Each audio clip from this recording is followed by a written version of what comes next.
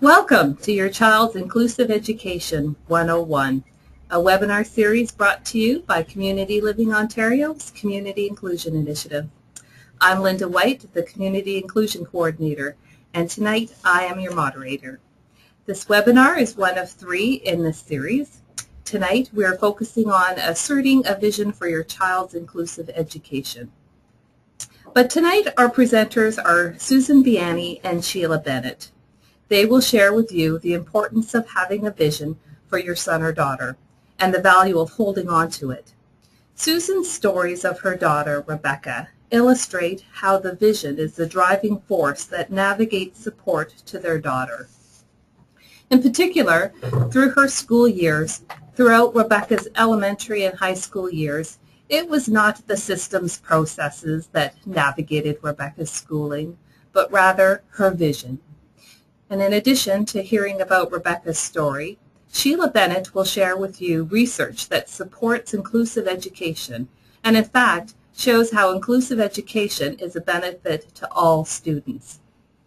This webinar series has been designed to share information and family perspectives on seeking a quality education that includes the expectations of academic success and inclusion in regular classrooms for your son and daughter.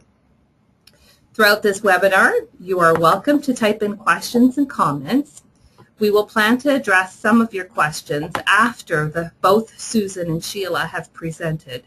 We recognize that there may very well be lots more that you want to be able to say, and we welcome your reflections and comments. So please send them after this webinar is finished at this email address, iewebinar@communitylivingontario.ca. Also, once this webinar is finished, please help us by taking the time to complete the questionnaire. It would be greatly appreciated and helpful to us as we plan for more webinars. We hope to explore future opportunities for people to learn and share together. So sit back and enjoy the comforts of home or wherever you may be. This is an hour that you're not going to want to miss. I'm pleased to introduce our first presenter, Susan Biani. Susan Biani is a teacher and a mother who lives in Toronto. She is presently the Director of Family Services at Plan and was previously a family facilitator at Bloor View Kids Rehab. Susan is a parent of 2 daughters, Rebecca, who's 28, and Nicole, who's 24. Because of Rebecca's special needs due to her physical and developmental disability, and because of what she has taught those around her, Susan has become an advocate for inclusion of all individuals as fully participating citizens in society. She and Rebecca have a clear message. Listen to your children's dreams. Don't dismiss them as impossible. Allow your community and your family to help you make your dreams happen. Susan is warm, inspiring, and full of good ideas. Her passion is to help us all think of creative ways and ways to be passionate about building more inclusive and compassionate communities. Welcome, Susan, and thank you for being here with us tonight. Thank you, Linda. And good evening.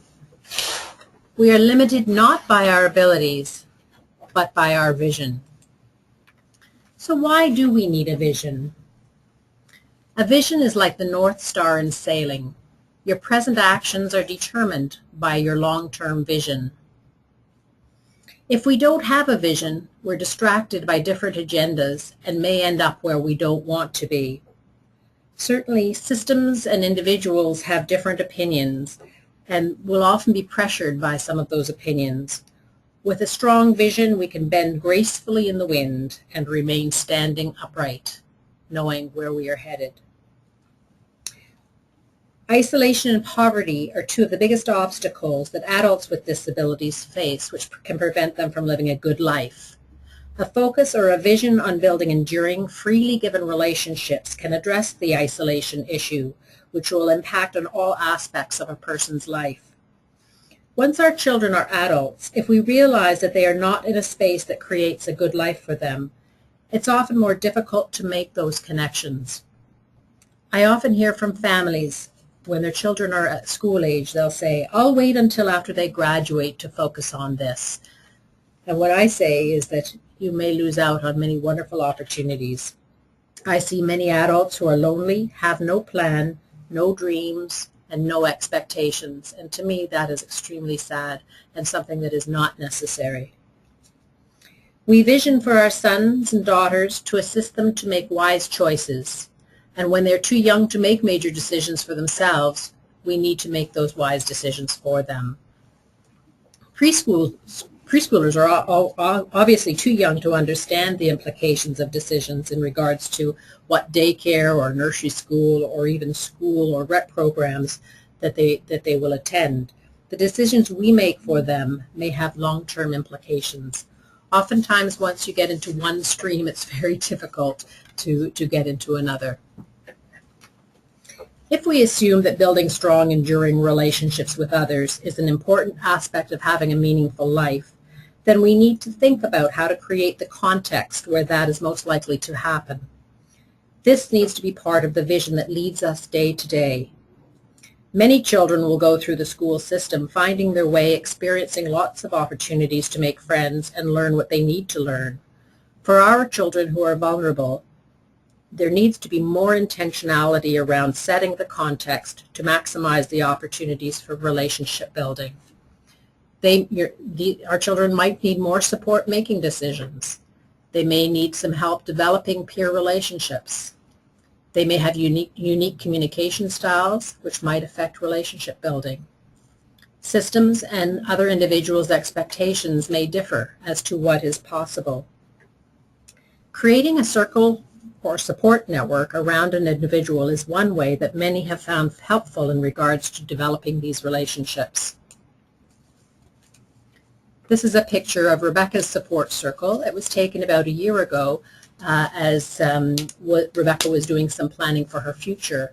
There are a number of times that Rebecca has gone through a more formalized planning process with her circle, and this is one you'll see behind the group, a picture that I will show you later that shows the whole process. Rebecca has had a support circle since she was 9 years old, which is almost 20 years ago. These people have been friends, connecting, advocating, dreaming, hand-holding, planning, and celebrating with her. They especially celebrated with her when she was asked to attend proceedings at the United Nations headquarters in New York in 2005, as they developed the Convention on Rights of Persons with Disabilities.